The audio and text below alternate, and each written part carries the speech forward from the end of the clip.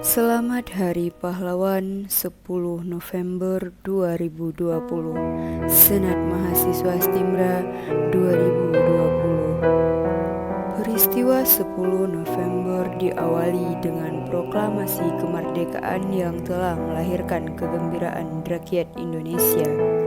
Pasca proklamasi diwarnai oleh suasana kegalauan dan kedendaman dalam jiwa sebagai rakyat Indonesia.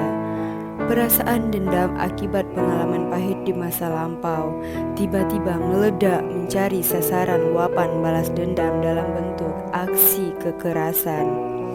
Aksi kekerasan terhadap tentara Jepang merebak di berbagai daerah. Kondisi ini diperparah dengan kedatangan tentara sekutu dan NICA yang melancarkan provokasi dan teror. Hal ini telah memicu bangkitnya semangat anti-kolonialisme. Dengan demikian, muncullah peristiwa heroik seperti pertempuran yang terjadi di Surabaya, yang terjadi di Sukabumi, Bandung, dan lain-lain. Baiklah, sekarang kita akan membahas peristiwa 10 November 1945 yang terjadi di Surabaya.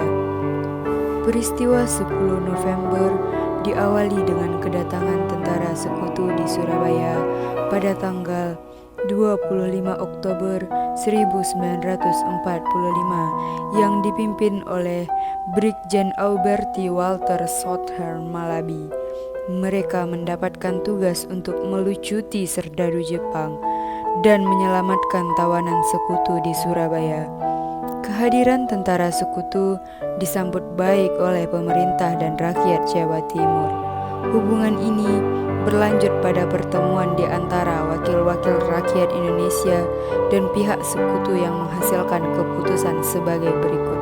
Keputusan pertama yaitu Inggris berjanji tidak akan menyertakan tentara NICA dalam pasukannya. Yang kedua belah pihak akan bekerja sama untuk menjamin keamanan dan ketentraman.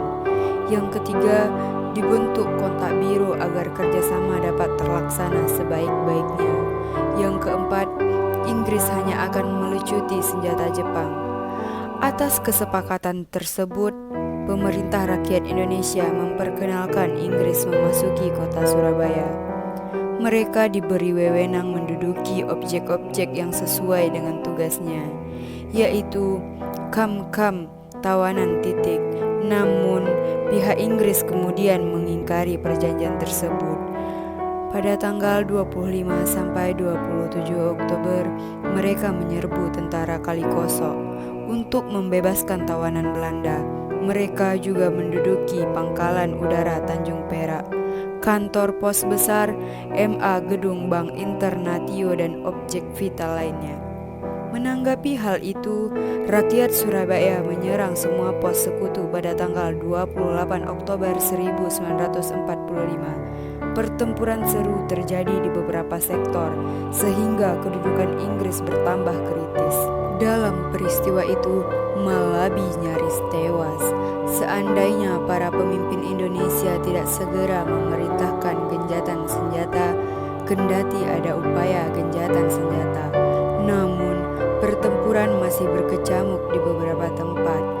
Anggota kontak biru segera mendatangi objek-objek yang masih bertempur dengan maksud menghentikan titik tempat terakhir yang dikunjungi oleh kontak biru, yaitu gedung Bank Interatio di Jembatan Merah. Titik gedung tersebut masih diduduki oleh Inggris, sedangkan para pemuda telah mengepungnya.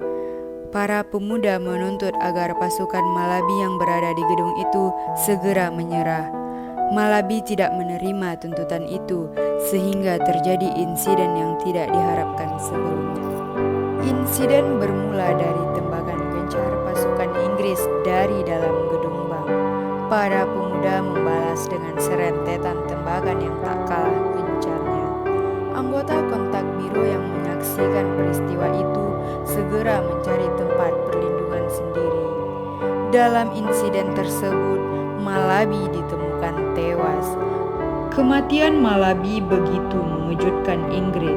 Letnan Jenderal Sir Philip Chesterton, Panglima Avni Life Force Netherlands East Indies, mendapat laporan kematian Malaby dari 2 perwira staf Malaby.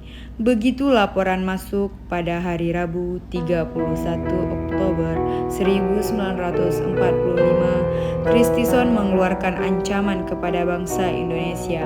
Suasana semakin panas, petinggi politik Republik mengusahakan jalan damai, negosiasi, tapi ditolak pihak Inggris. Inggris sangat marah.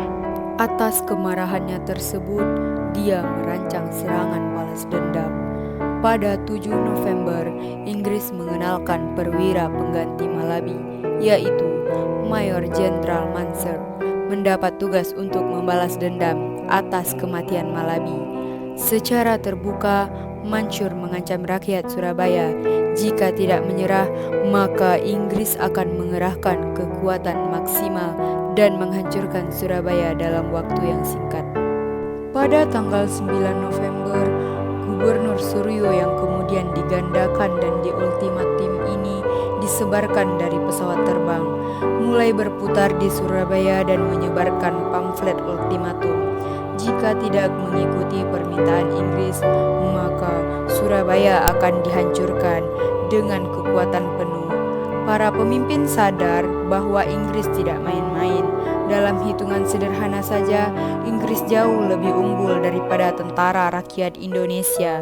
Muhammad Hatta mencoba untuk bernegosiasi lagi, tapi Kristen tidak terkesan dengan usaha yang dilakukan Muhammad Hatta. Dengan ultimatum yang disebar Inggris, jiwa rakyat semakin menggelora. Bung Tomo sore itu mendatangi Kiai Haji Hasyim Asy'ari untuk ikut berjihad. Hasyim Asy'ari, pendiri dan ketua Nahdlatul Ulama, baru saja mengeluarkan resolusi penting bagi umat Islam pada 22 Oktober 1945. Dikenal sebagai resolusi jihad setelah mendapat restu dari Kiai Haji Hasyim Asy'ari untuk segera menuju radio pemberontakan di Jalan Mawar. Tepat pukul 11, suara Bung Tomo mengudara. Merdeka, saudara-saudara rakyat jelata di seluruh Indonesia, terutama penduduk kota Surabaya. Kita semuanya telah mengetahui bahwa hari ini tentara Inggris telah menyebarkan pamflet-pamflet yang memberikan suatu ancaman kepada kita semua. Untuk dalam bentuk waktu yang mereka tentukan, kita harus menyerahkan senjata-senjata yang telah kita rebut dari tentara Jepang, supaya kita semua datang kepada mereka dengan membawa bendera putih tanda untuk menyerah. Sekalian mengancam kita untuk menggempur kita dengan seluruh kekuatan yang ada.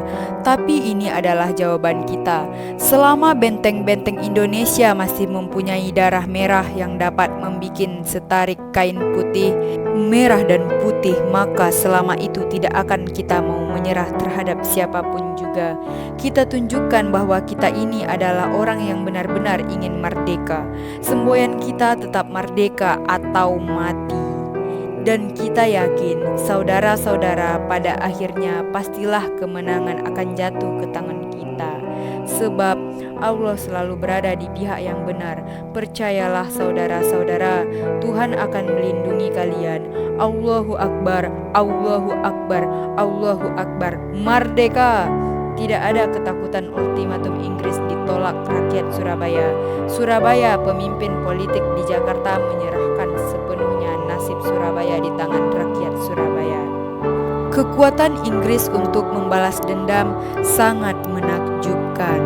Total pasukan yang dikerahkan 28.000 prajurit dari berbagai kesatuan tempur yang hampir seluruhnya berasal dari India dan Nepal. Area sekitar markas lagi pemberontakan tak luput dari bombardir meriam. Saat Surabaya dibombardir serdadu Inggris, Bung Tomo tidak sekalipun menghentikan orasinya. Inggris mengira hanya membutuhkan 3 hari untuk melumpuhkan kota Surabaya. Tapi perkiraan itu meleset menjadi 21 hari. Pejuang-pejuang Surabaya memberi perlawanan kepada tentara Inggris yang superior Surabaya. Akhirnya dikuasai